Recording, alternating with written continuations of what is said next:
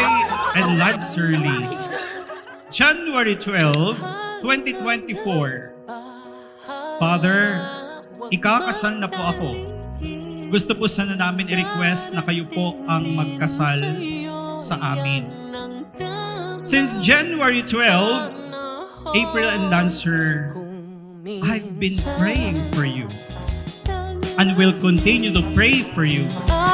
Ang hanap mo ay init, sisikat ang araw at kay bibigyan ng magandang umaga tuwing pagkising. Sa bisa ng kanilang pagtanggap sa isa't isa sa sakramento ng kasal, nandoon din ang Diyos, hindi lamang upang sumaksi, ngunit upang pagtibayin din ang pagsasamahan ng mag-asawa sa hirap at ginhawa, sa sakit man o kalusugan at habang buhay.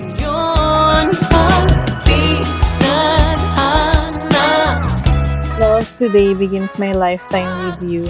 Ikaw yung dumating sa buhay ko na sobra kong pinasasalamatan.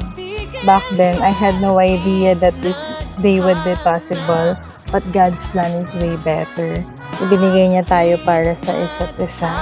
Siya'y darating sa tamang panahon. Pag-ibig darating din, ang awit ay di. I promise to love you without condition, to honor you each and every day, to laugh with you when you're happy, to support you when you're sad, to guide you when you ask direction, to challenge you to be a better person, and allow you to do the same for me.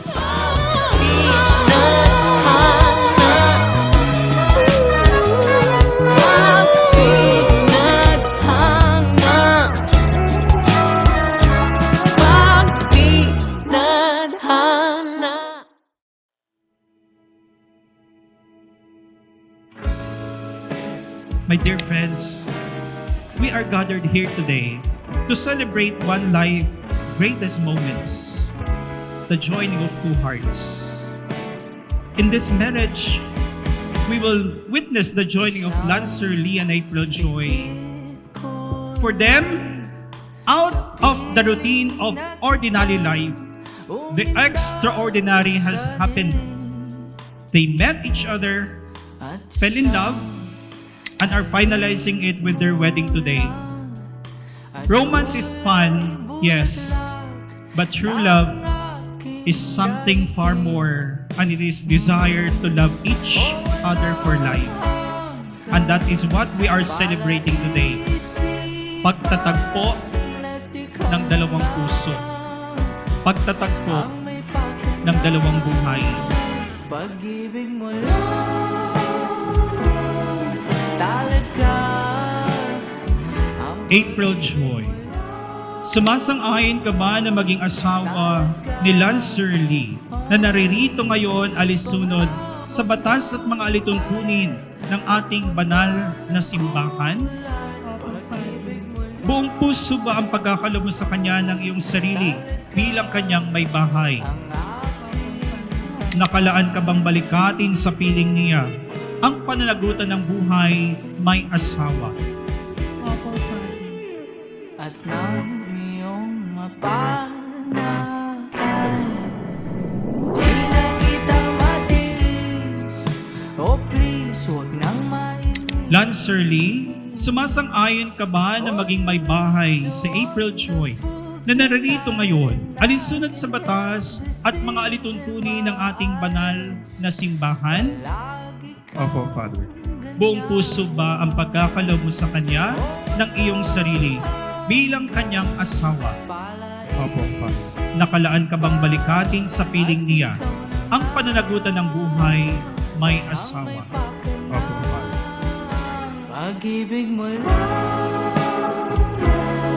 talaga. Today, I am confident to be standing right next to a man who completes my life, my happiness, and my purpose. I thank God so deeply for you are the man He allowed me to grow old with. Ikaw yung taong handang laging makinig sa mga kwento ko, mapasaya man or mga malulungkot. I appreciate everything about you, the way you love me, at kung paano mo ako alagaan kahit sobrang pagod ka sa mga ganap mo sa buhay. And with that, I even love you more.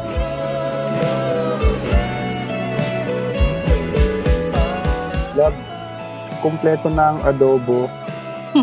Ako ang suka, ikaw ang blank.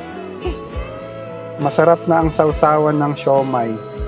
Ako ang kalamansi, ikaw ang blank. Isa lang ang ibig sabihin nun. Maasim talaga ako.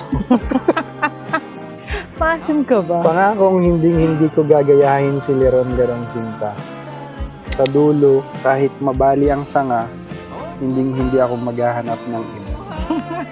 At puno ng kulay, pag-ibig mo lang.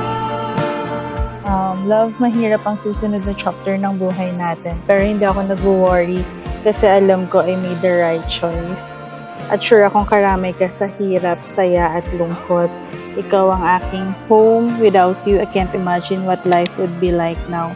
Kahit wala ng rason para mahalin ako, nagstay ka. Sobrang pasasalamat, love.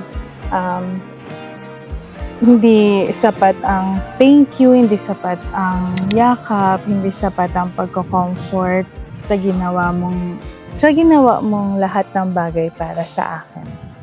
You are my today, love, my tomorrow. I love you more than words.